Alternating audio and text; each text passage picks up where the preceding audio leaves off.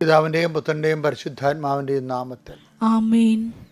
എൻ്റെ പ്രിയപ്പെട്ടവരെ, ഇന്ന് ജനുവരി മാസം 4-ാം തീയതി ശനിയാഴ്ച. എല്ലാവർക്കും എൻ്റെ സ്നേഹവന്ദനം. ഇന്നത്തെ ദിവസം കർത്താവ് നിങ്ങളെ പ്രത്യേകമായി അനുഗ്രഹിക്കട്ടെ എന്ന് ആത്മാർത്ഥമായിട്ട് പ്രാർത്ഥിക്കാം. അമ്മേ, പരിശുദ്ധ അമ്മേ, അമ്മേ പരിശുദ്ധ ദൈവമാതാവേ, അന്ന് അങ്ങ് കൃപാസനത്തിൽ പ്രത്യക്ഷപ്പെട്ട് വരാൻ പോകുന്ന മഹാദുരന്തത്തിൽ നിന്ന് രക്ഷപ്പെടാനും എല്ലാവർക്കും വേണ്ടി പ്രാർത്ഥിക്കുവാനും ആവശ്യപ്പെട്ടിട്ട് 20 വർഷം തികയുന്ന ഈ വേളയിൽ കൃപാസനത്തിലൂടെ ഞങ്ങൾക്കും ഈ ദേശത്തിനും അങ്ങ് മധ്യസ്ഥം തേടി തന്ന എല്ലാ അനുഗ്രഹങ്ങൾക്കും കൃപകൾക്കും ഞങ്ങളിപ്പോൾ ഹൃദയം നിറഞ്ഞ നന്ദി പറയുന്നു. അമ്മേ പരിശുദ്ധ അമ്മേ, ജപമാല മാതാവേ, സകല കൃപാസന പ്രാർത്ഥനകളോടും ചേർത്ത് ഞങ്ങളിപ്പോൾ പ്രാർത്ഥിക്കുന്ന ഈ കുടുംബത്തിന്റെ പ്രത്യേക നിയോഗം. ഇന്നത്തെ ആവശ്യം പറ മക്കളെ.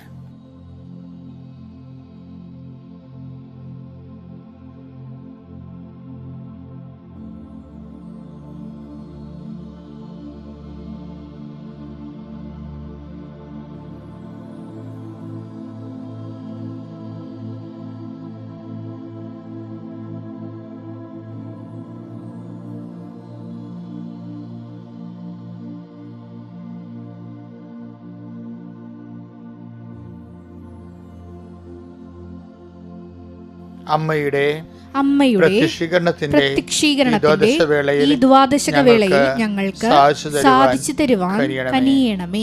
ആമേൻ. വിശ്വാസ പ്രമാണം.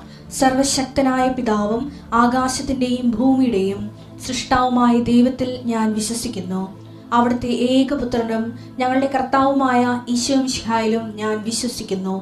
ഈ പുത്രൻ പരിശുദ്ധാത്മാവിനാൽ ഗർഭസ്ഥനായി കന്യകാമറിയത്തിൽ നിന്ന് പിറന്ന് പൊന്തിയോസ് പീലാത്തോസിന്റെ കാലത്ത് പീഡകൾ സഹിച്ച് കുരിശിൽ തറയ്ക്കപ്പെട്ട് മരിച്ച് അടക്കപ്പെട്ട് പാതാളങ്ങളിൽ ഇറങ്ങി മരിച്ചവരുടെ ഇടയിൽ നിന്ന് 3-ാം നാൾ ഉയർത്ത് സ്വർഗത്തിലേക്ക് എഴുന്നള്ളി സർവശക്തിയുള്ള പിതാവായ ദൈവത്തിന്റെ വലതുഭാഗത്തിരിക്കുന്നു.